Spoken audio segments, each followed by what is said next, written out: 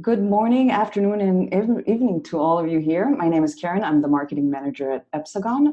Before we dive in, we wanted to thank you for taking the time and joining us in these crazy, uncertain times. We wish this will be over soon and everything will get back to normal sooner than later. But in the meantime, we hope that you're all staying healthy and safe. This webinar will focus on monitoring and protecting your EKS deployments.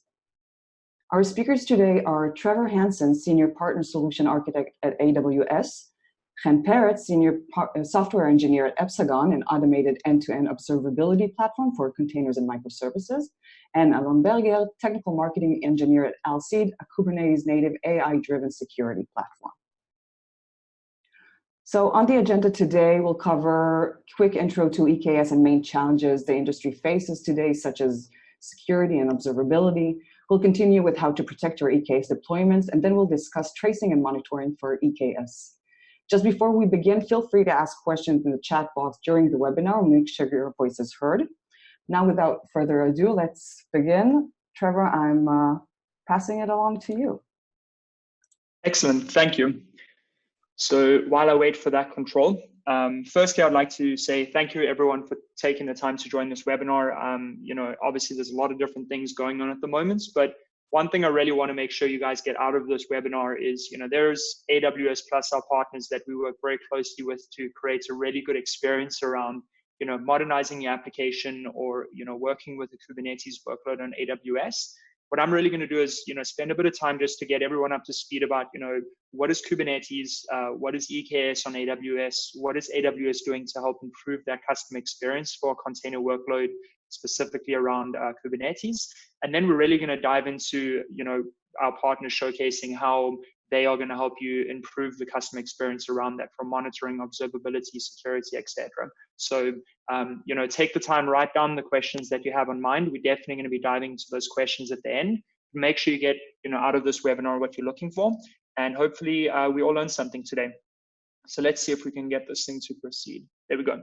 So for those that do not know much about Kubernetes, let's take a bit of time to unpack this. And for those that do know, apologize for going over at a very sort of high level. I really want to start at the 101 on this. So Kubernetes originally, it's an open source project that originally founded, within a small team at Google.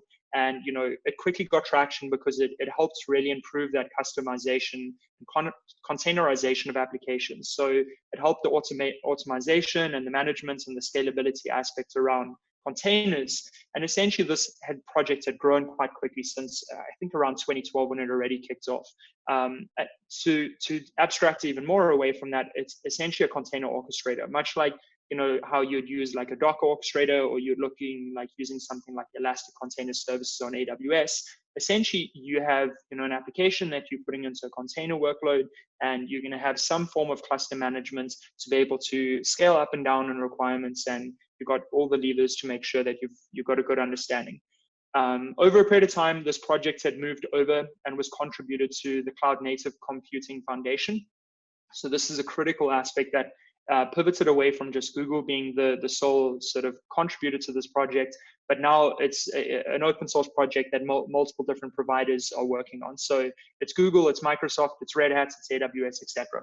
So the community aspect, given the traction this product has taken in the market, it's really built up a really good community. So do your research, find those places that really keep you informed about the moving aspects on this. But AWS, we listen to our customers, really focused on the enterprise customers that were asking us, hey, managing these Kubernetes clusters at scales is pretty complex. So can you help us, solve the painful heavy lifting, as well as improve the security posture around that? And then you also have multiple different, depending on your provisioning and configuration language, there's a whole bunch of different tools out there that can help you stand up these Kubernetes clusters. So let's get to. There we go. So, listening to our customers, making sure that, we already have seen a really good customer base adoption on AWS, busy trying to create, the Kubernetes clusters at enterprise scale. One of the things we realized that, we could do better here and help our customers, we looked into creating a product that's essentially Amazon Elastic Container Services for Kubernetes. So what does this actually mean? what the main tenets we originally started with, and something that was really, really at the heart of the team when they put this whole project together, was it has to be Kubernetes. It has to be upstream, it has to be native, it has to be on par with what everything else is in the community. And this became a really crucial decision, because just as you'd be running your Kubernetes workload on premise, or you're running on any provider, you're going to have the same upstream experience on AWS. One of the things that we're really focused on is creating that native integration, much like you would have any other AWS products, today, much like your Elastic Container Services. EKS came with the same tenets. So what we did is really focused on creating that native integration to other products. And then the main factor was really making sure that this is production ready for any customer at any size, from the smallest company to the largest enterprise that are using these products today. It's really informing us to make sure that this product is ready for customers to be using in production. So as we said, it originated from a customer ask, and it essentially, we decided to make sure that it's an open source contribution. So whenever AWS works on this project, we provide back to the open source community. So to be crystal clear on that, one of the things our team really focuses on is doing the heavy lifting. And whenever we see there's a gap we can fill with a particular aspect, which we'll unpack shortly, we do contribute back to the larger open source community. So, this number varies over a period of time. There's a couple of different studies, but for this context, one of the things that, we really, really focus on is gathering feedback from this community. So a large portion of customers today are running Kubernetes workloads on AWS, and this has really informed us to understand how to be running this product easier and making, a lot less heavier lift, to really focus on letting the developers focus on those application deliveries. So we really started, diving deep with certain customers and really understanding, what are the painful aspects that they're working with around running a Kubernetes workload, because Kubernetes is an incredibly powerful platform, but, being able to run this at enterprise scale comes with its own challenges. So how did we solve this? Essentially, starting at the top layer, sorry, the slide seems like it's thrown off on the right there, but essentially we wanted to give customers choice. So our container services team, they really looked at, hey, okay, how do we give a native experience that's very similar to other products that we have today, that you have multiple different options to deploy it. So today you have multiple options. So when you stand up an EKS cluster, essentially able to go and deploy this off to EC2 as well as Fargate, as you traditionally do around sort of a typical serverless workload as well. So the choice of your orchestration tool and also your choice of where you're landing that. And with regards to EC2, depending on what application workload you're running in Kubernetes, because some people are choosing it for a microservices application, or they're looking for a platform as a service, or there's even a use case around running machine learning workloads within Kubernetes. So you can also choose the underlying compute on that, and it's an experience that you totally control. And this also allows you to focus on the cost optimization aspects as well. So depending on how your workload fluctuates, and depending if you're using Spot instances, etc., there's a lot of different documentation out there and how you could leverage that as well. So what does this all actually mean? So one of the things, if you've ever run a Kubernetes workload before, you've got the notion around the masters and you've got the nodes that are essentially deployed. So one of the things we focused on is taking away the painful burden of running that, the master nodes and all the additional aspects to keep the control plane up and running, where we really decided, let's wrap this around into an API, which you can essentially interact with, which is essentially the control plane that you get. So when you stand up an EKS cluster, essentially there's a provision time that happens where a single tenant application gets stood up for you on the back end, and you get exposed, essentially a CNAME that you, within your own AWS account, has access to, that you can, control and regulate with your typical IAM and security and compliances that you have in place. But then with regards to the worker nodes, the actual compute that's going to be running these clusters, those are stood up in your account. So you have the full control of, scaling up and down. You're able to jump onto those worker nodes, but from the control plane, you essentially are interacting with that with the Kube CTL or Kube cuddle, given we all appreciate a good cuddle every now and then, yeah? So and how does this, there we go, thanks. So one of the things that you'll see is when, the control plane is essentially where the master node sits, and this is where the orchestration layer and everything's happening. And the worker node is the instance that's going to be sitting in your account. So you've deployed your first instance, so you have hundreds of worker nodes that, you've scaled up now, you have a really high demand.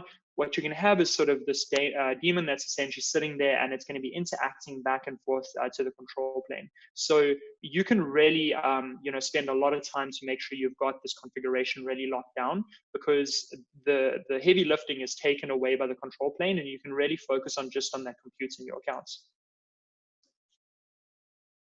How do you interact with this? So there's a couple of different ways that you can do that. And typically how you'd be, pushing that configuration file into the control plane, and how you're going to be updating your config is very similar to the typical experience that you would have. And there's a couple of good examples that we'll be sharing with you as well.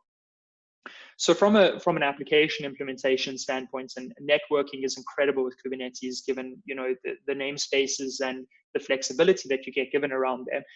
One of the things that you get out of the box is much like your typical load balancers that you'd be using today in front of your 3-tier web applications or your applications today. It supports running an ELB, an NLB, and ALB, much like you would have any other application today. And there is a lot of work put in with the networking teams to make sure that those things are in place. One of the things that we did provide was, the ALB Ingress controller, and this is something that you should definitely go and check out. It's one of the things that is supported by our EKS team, and that's really to improve that customer experience. So be sure to check that out as well. Then with regards to an enterprise company, you or any company nowadays actually moving towards cloud, you want a cloud native experience that's got the continuous integration aspect in place. So what we've done is really focused on a couple of different layers across, working internally to make sure those integrations are just as smooth and robust to deploy your workloads through sort of staging, testing, production, depending on how you label things, but then also a really good partner ecosystem that is really grown with us around this and help us improve the product overall. So whenever a change or product update is happening, a feature launch, what we do is we work with our partners in this space, because it's not just what we provide, but what our partners provide as well, in addition to this as well, to make sure that experience is native and just as you would want it. So, and also the feedback coming from our partners has also been incredible. So I hope that you guys got a bit of informative into this, but in no way should this be like the only thing you should be looking at. I encourage you to go dig around and play. But the best part is just go and actually stand up an environment yourself and take a look and see how it is. So, set aside, an hour or so in one day and just give it a try yourself, and instrument it with the partner tooling that you're going to be showcased today in the demo. Maybe if you're interested, maybe even go into your AWS account now, stand up an EKS cluster while we're running over this presentation, and we can run over a demo with you guys and show you what it looks like, and you can essentially play with it. And if you have any questions, feel free to reach out to us. If you're currently looking at this transformation yourself, or you're stuck at a particular point, we have a lot of individuals that go really deep into absolutely every single layer, from the compute to the networking to the compliances to the security. We really want to make sure you got the right people involved there. So let's go past this over here.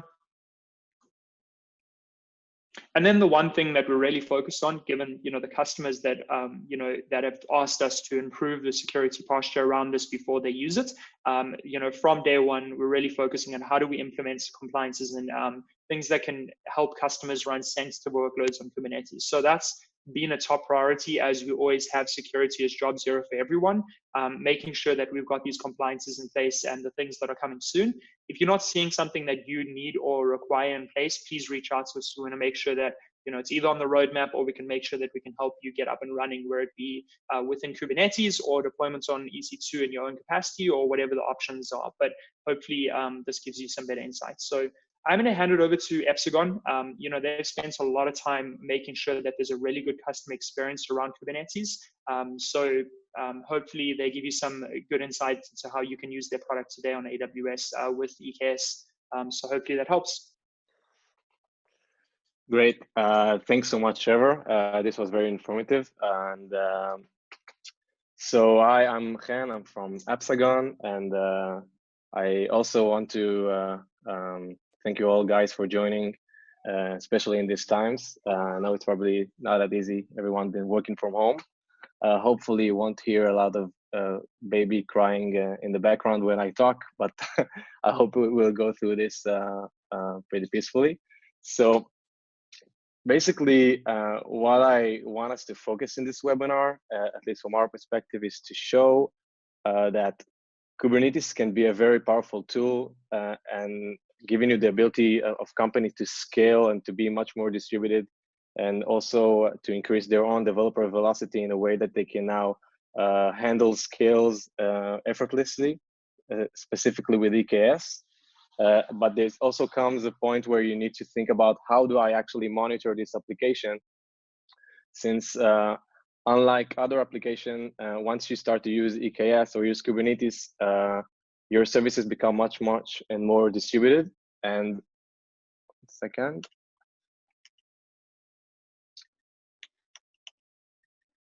Okay, sorry. Just push too much. Okay, so yeah, there's a little bit delayed since I'm pressing. So I just want to talk about what does it mean to have a distributed application, and what exactly is a distributed application. Distributed application doesn't necessarily have to be something that is running on Kubernetes. It's just a general for all microservices architecture, whether they are on serverless or on Kubernetes running on EKS. And basically it means application that compose different types of parts that are communicating with each other asynchronously, whether it's through managed queues or through databases, or for example, Kafka, or anything like that that communicates asynchronously, allows us to decouple our services, and mother application become much and more distributed. And if we think about how can we monitor those applications, a lot of things that's been hearing all the time is the usage of distributed tracing. And what exactly is distributed tracing is something that I want us to focus in this webinar. Is that when you think about how can I know what's going on in my application in real time, I need to have a way to track down all the requests going on within my system, regardless if they are running asynchronously or if they are being passed through multiple services. And distributed tracing is a technique that allows us to implement a sort of like an observability layer on our services to just send us information, send us a trace that will let us know what exactly were each operation of each services actually took.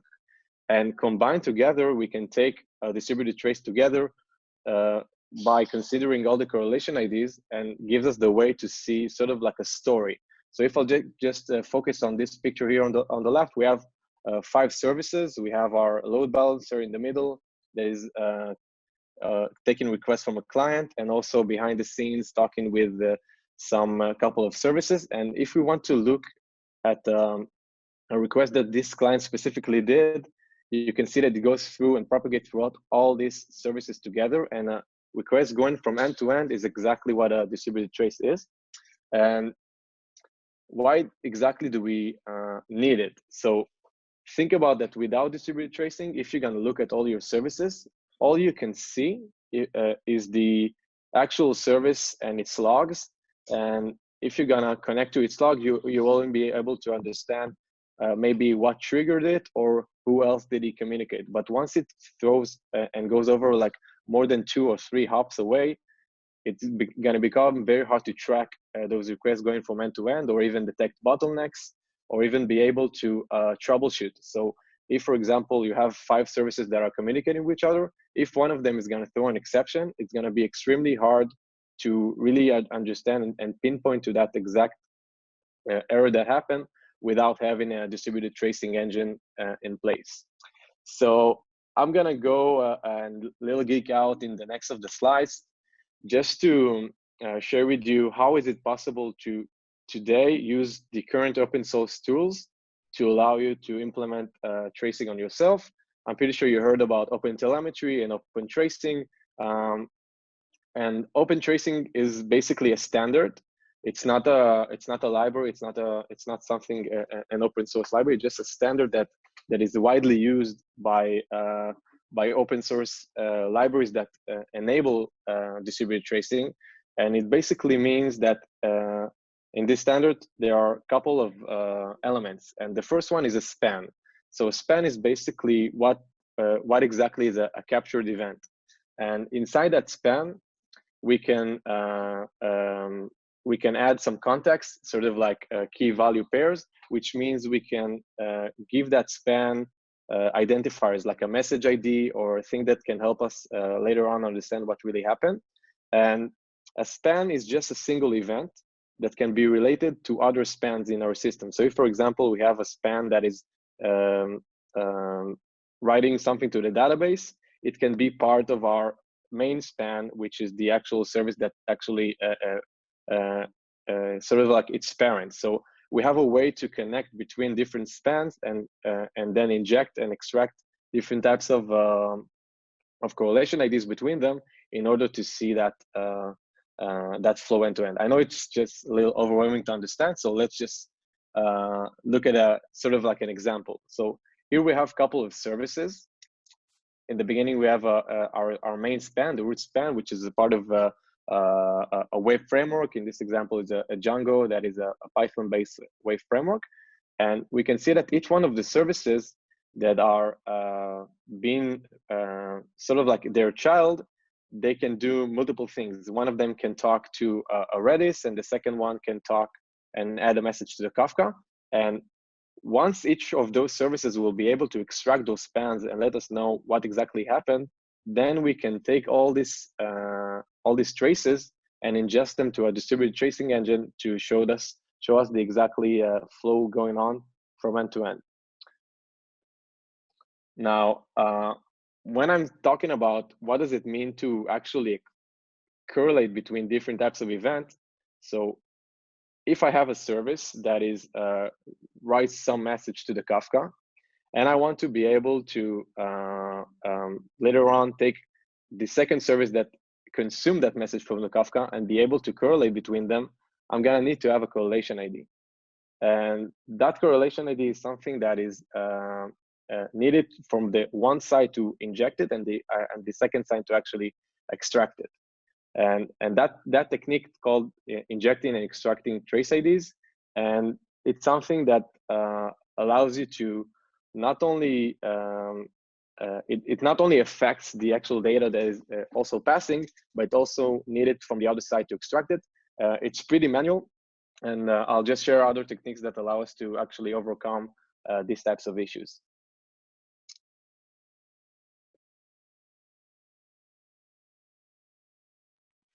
Yeah, so when we talk about how we're gonna collect the spans and actually be able to collect those things, so there's you need to implement actual codes that will actually allow you to during the runtime and during the request themselves, you need to be able to sort of like create what we call a span.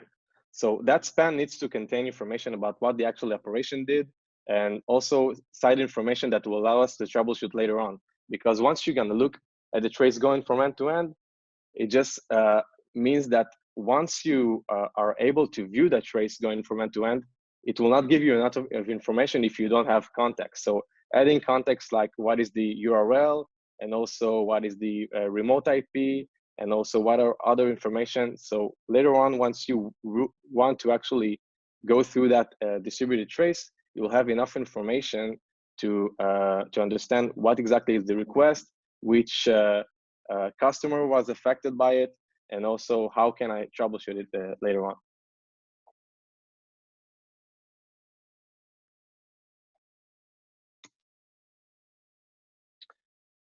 Yeah, so basically it doesn't stop there, because if you really want to be able to track requests from all these services, so you have Redis, you have Mongo, you have Postgres, you're gonna need to manually implement a tracing capabilities. You need to manually create spans and also implement them with open tracing. And for all of them, you need to take care of all the correlation IDs and to pass them along the way, and also extract them. And as you just seen, like from a glimpse, this is something that requires a lot of maintenance. And it's also something that we are leaving basically at the hands of our developers. So there are a lot of open source tools, open source libraries that try to take different types of services and also already supply with the injection and extraction. but it's still something that it due to the developer to actually maintain. And it just doesn't really stop there, because once you really want to put it into production, this means that every time you're gonna have a new service in place, your developer will need to actually go and add these spans and add these things to your distributed tracing engine. And this is just something that once you go along the way, it doesn't really scale. So there is it's not all lost. There is something that can actually save you from that, and this is what we call instrumentation. And instrumentation is just the technique to write a code that will be the layer of understanding what's going on within your service. And if you think about it, you have your business logic code that is actually does some operation. For example, writes a file to S3 or calls something in the database. And that instrumentation libraries are sitting in the background and sort of like doing what we call monkey patching, which is basically that technique of it is called monkey patching, and this technique basically means that every call that I'm going to do from my code to that database or to that service is first going to go through my own service that is going to extract all the information from that operation, and then it can actually call that operation, and it can also take its return value and understand whether it was successful or not. So basically just an automated library that will allow you to just use it without the need to actually keep maintaining it throughout the code. And I think I can just share, for example, how it can be done. So this is an example in Python. So this means that this code is, once it's executed, it's performing those monkey patching, which means that every call to my Redis, every time someone tries to execute any command to my Redis, it's going to call my wrapper first, which means that basically my function is not the function it's going to be called. It's going to be called this other function that's going to extract all this information. This just allows the developer to ease the usage of that. And what it means that they don't longer need to actually put anything throughout the code to gain that type of the observability. So I think so. This is the first part of how we actually implement that, and I mean, okay, so I have all these traces in hand, but now I actually want to understand something. I want to start to troubleshoot. I want to actually see it. So how can I actually take all these open source tools and actually visualize them? I like to just introduce you a tool which is called Jaeger. Jaeger is probably the most popular tool to allow visualization of distributed traces. And this means that you can just, it's open source, you can just run it as in your own Jaeger server, and it will start to ingest all the traces that are being sent from your services and give you that information visualized. It looks something like this. This is just a trace in Jaeger, and you have multiple operations, as you can see here on the left side. And this is just a way of showing how much time actually spent in each operation, sort of like a waterfall. This can be pretty useful when you can look at a distributed trace going from end to end, so you can know exactly how much time has been invested in that specific service. So there's a lot of other tools that can be used. There's OpenCensus, which is just allow you to collect application metrics and also distribute traces, and OpenTelemetry, which is basically a joint of OpenCensus and OpenTracing, and also Zipkin. All those tools are available, and they are open source to allow you to implement your own distributed tracing. And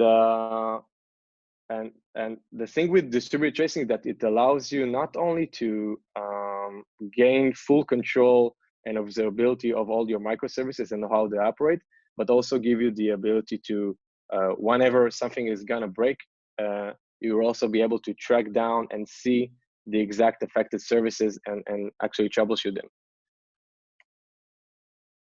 So what I would like now is just to go through what we did in Epsagon in order to implement such abilities.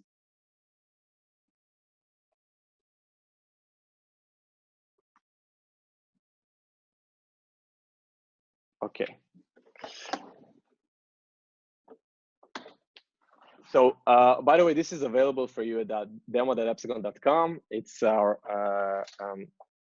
own production environment, which have a couple of demo applications that are running. Basically, we took some demo applications that are running on EKS and running on Kubernetes and also Lambda functions, and they continuously sending traces, and sort of like a group of microservices and applications that are distributed that are giving you the ability to see the capabilities of Epsagon.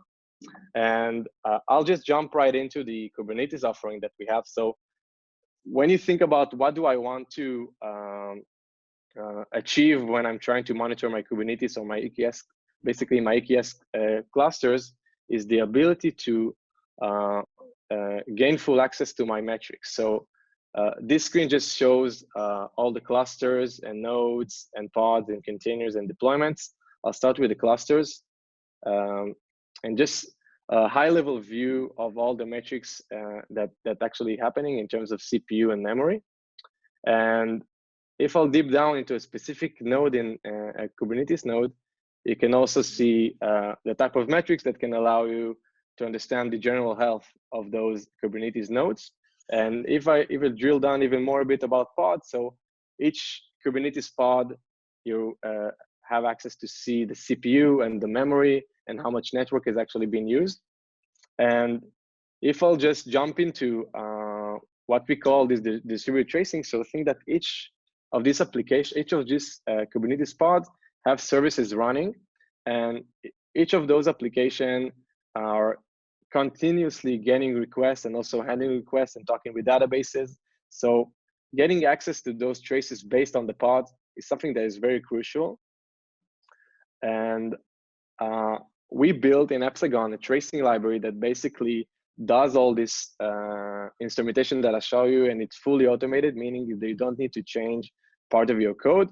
You import the library, and basically our own tracing library behind the scene actually does all that monkey patching and other stuff too, that allows you to understand what actually all the operation of your services did. So for example, if you have your Kubernetes service that is running currently and handling a web request and is also talking with Kafka and also talking with other services, you just need to put on the tracing library of Epsagon, and that tracing library is actually sending that signal to our own backend, and we do all the heavy lifting of the distributed tracing, and we do all the connection between trace to trace. So let me just show you one trace, for example. You can see that just by clicking on a specific request, I immediately see a visualization of what are the exactly services that are talking with each other. So this is an example of something that is also running on Kubernetes, and you can see the exact Java application that is consuming a Kafka message. And not only that you can see this exact Java service and what actually it does, you can also see even inside of each operation. So if it's talked with the DynamoDB, for example, you're also able to access and understand whether that operation was successful, and also even deep dive things like the payload, which is also being automatically captured without the need to manually add spans like you do usually once you use open tracing. And I think that the main that actually led us in actually doing all of that is to take away all the need of this manual way of actually having the developers code observability, and just reduce that in order to just to allow them to focus much more on the actual business logic. And where it comes to the ability to connect between distributed traces is the ability to see that not only this Kafka message invoked that service B, also there's another service that actually wrote that and actually performed that operation in the first place. And there's also a way of seeing it in a sort of like a waterfall. Let me just zoom in, and now we also allow it to take all these traces that you saw, because one thing that is missing when you think about distributed and distributed microservices is the ability to just zoom out and actually understand what's really going on within my application in a very high level. So just by adding the tracing library, we automatically take all those traces and aggregate them together to show you in real time how they operate along the way. So you'll be able to actually sort of like be able to spot any bottlenecks that you have, and also be able to start and actually troubleshoot issues that you have. So I think that's it in order of like a quick. It's also available for you guys at demo.epsagon.com, and just give it away now to Alcide.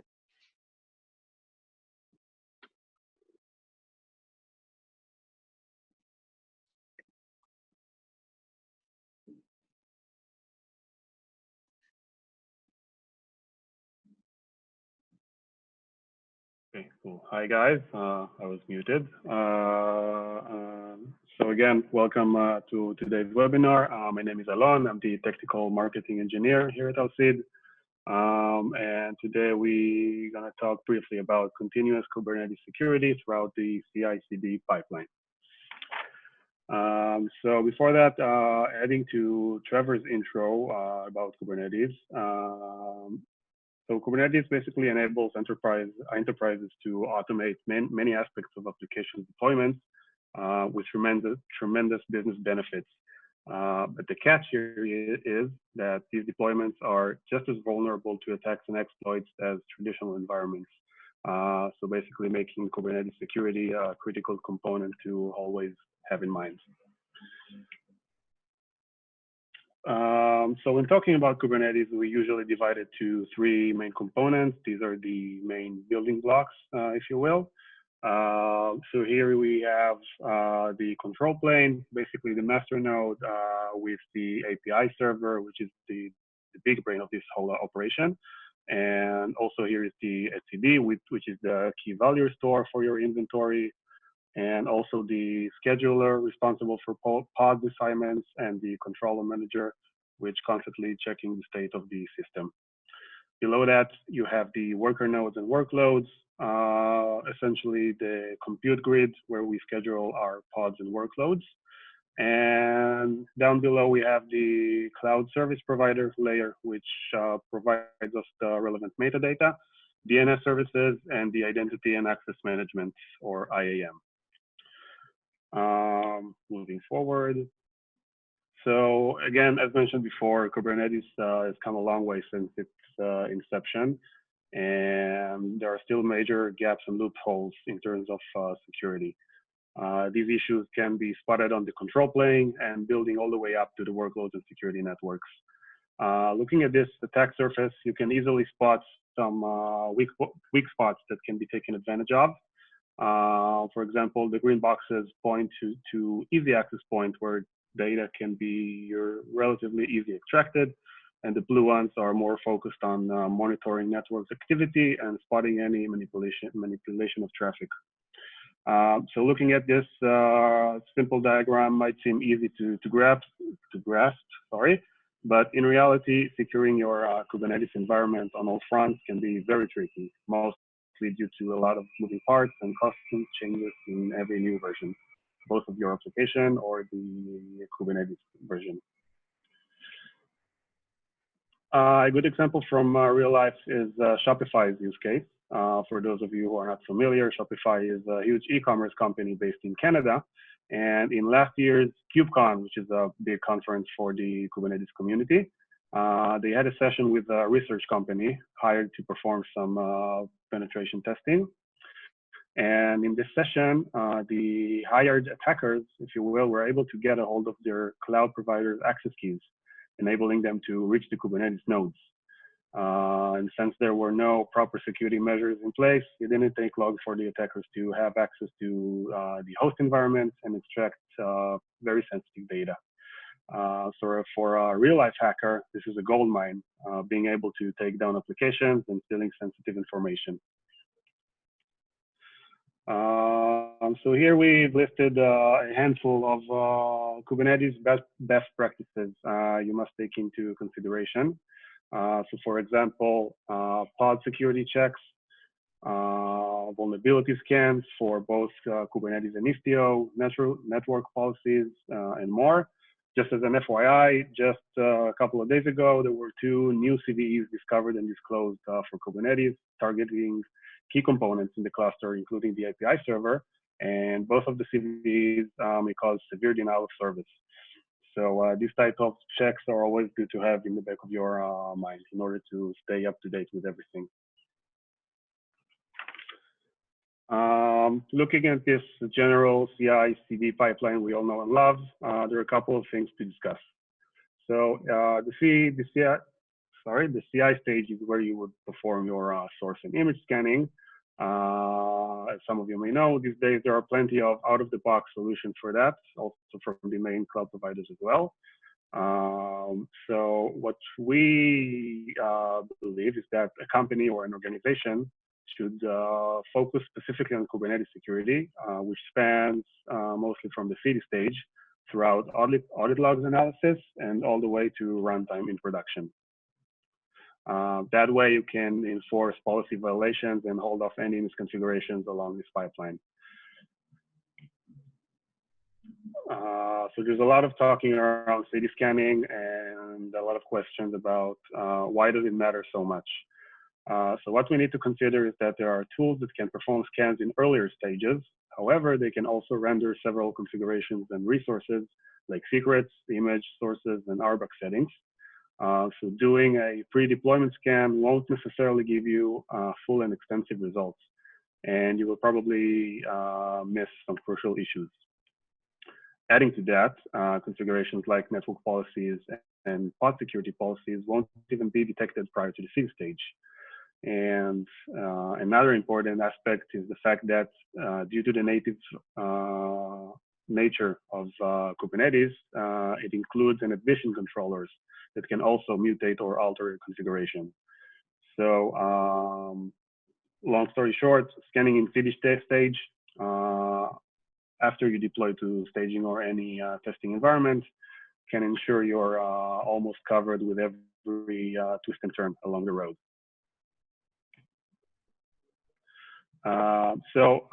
Here we have a quick example of whitelisting in the specific case image registry.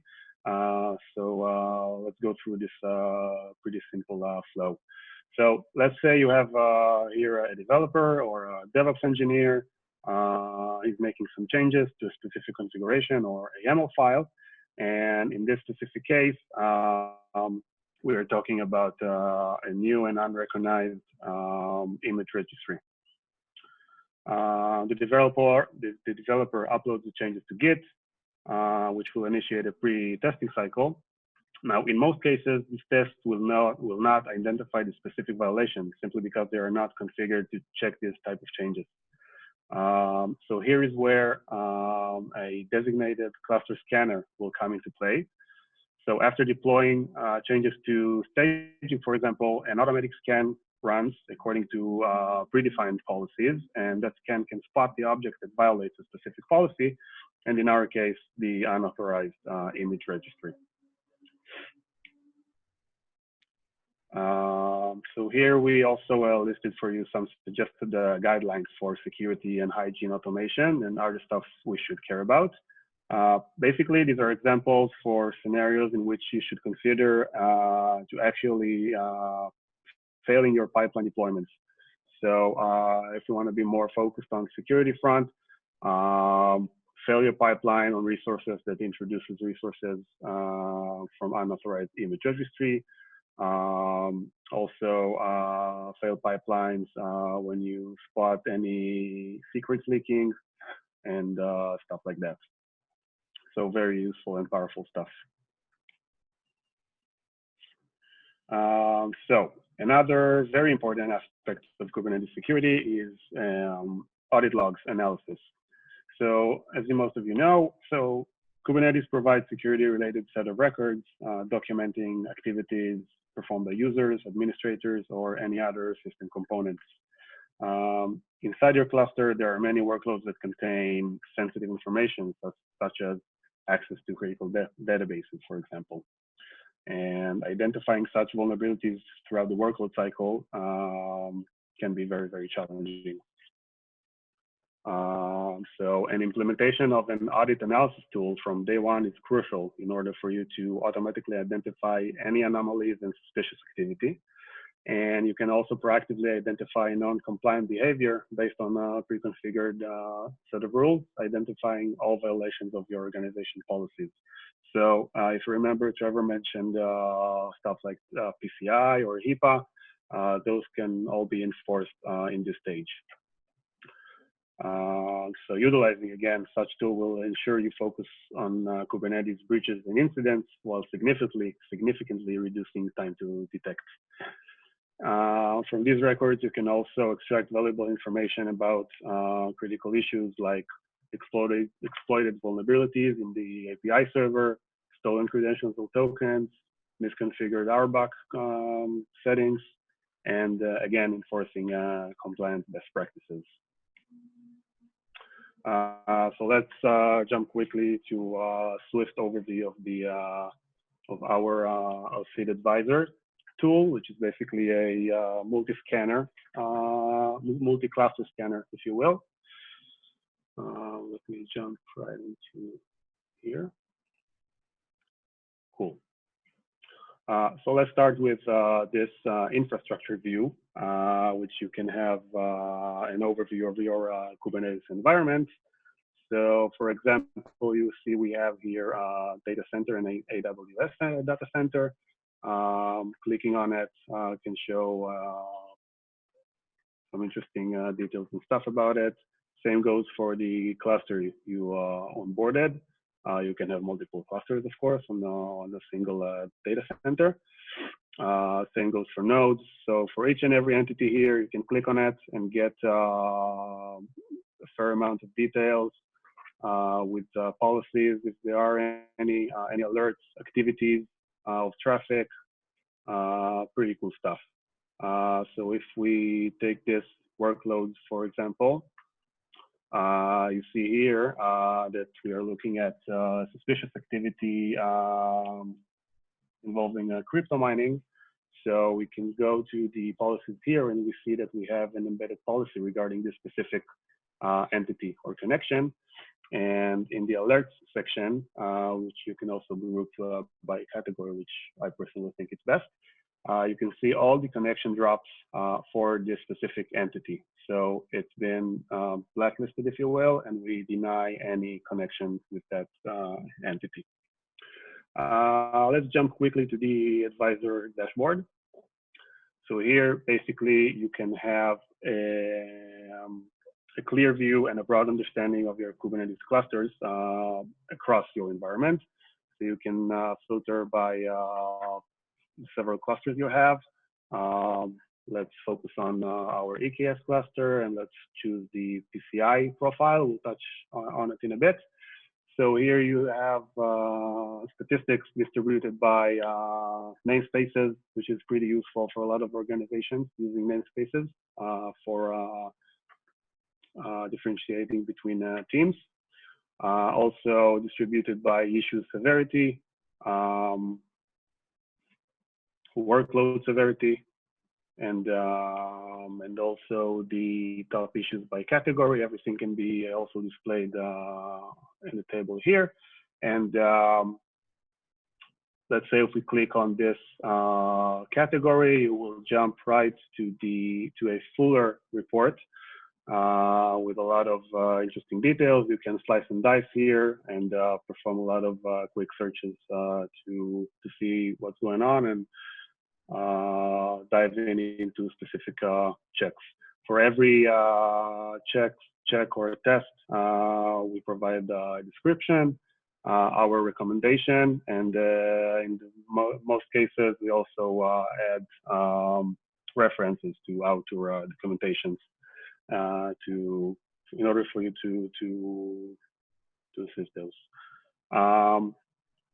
last thing, let's talk about a little bit about profiles. So here we have several out-of-the-box profiles that we came up with. So each profile here focuses on different stuff, whether it's compliance, security, operations. So each profile can be launched. So we can click on Scan Now, and it will immediately launch the scan. You can edit the profile, see what tests it has, what clusters he runs on, and stuff like that. You can also create, let's go back. You can also add a new profile according to your needs, whether you want it to be more ops-oriented or more operations-oriented. So pretty cool stuff. It's very, very easy. And you can see the results in a matter of minutes, and it's super, super useful. So yeah. So I can stop sharing. That's all on my front.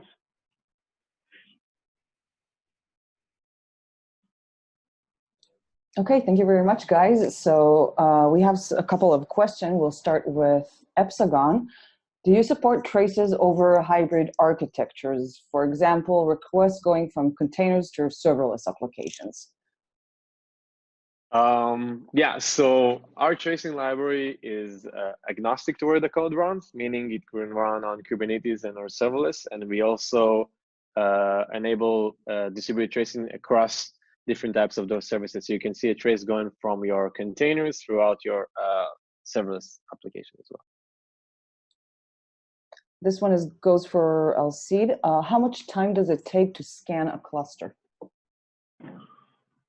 Cool. So basically, it takes from a few seconds up to a few minutes, depending on the scale and scope of the scan. And it's worth mentioning that the scan can run in the background and does not affect any other runtime environments. So you're good on that front. Okay, another one for Epsagon. If you don't require agents, how do you monitor the Kubernetes clusters from the infrastructure level? Yeah, so we don't have any agents. That's true. And what we do with the Kubernetes cluster is that we monitor them from remotely, meaning that behind the scene, Epsagon creates sort of like a Prometheus and tries to remotely gain metrics from your cluster. So we remotely just capture all the metrics together and show them in the dashboard.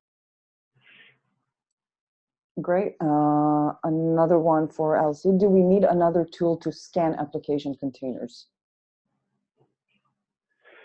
Okay, so regarding scanning containers, so the advisor I just showed you focuses on security and compliance around Kubernetes for misconfiguration and best practices and stuff like that. We can perform container scans in runtime environment for known vulnerabilities, but for a deeper container level security or scanning at earlier stages of the build process, we do recommend using other solutions like WhiteSource, for example, and there are many more with pretty cool stuff out there. Okay, great. I think we can squeeze one last question. Epsagon, in which ways can you add traces to containers with Epsagon? Sorry, what was the question? In which ways can you add traces to the containers? So basically just using the tracing library, which can be installed on each of the services. And we also have an automated way to also do that as well. Great. I want to thank all our presenters, Trevor Hansen from AWS, Alon Berger from Alcide, and Chen Peretz from Epsagon. Thank you all for joining us. This recording will be available online soon, and hope to see you soon in our next webinar. Thank you, everyone. Stay safe. Thank you so much, Karen. Thank you, everyone. Thanks all.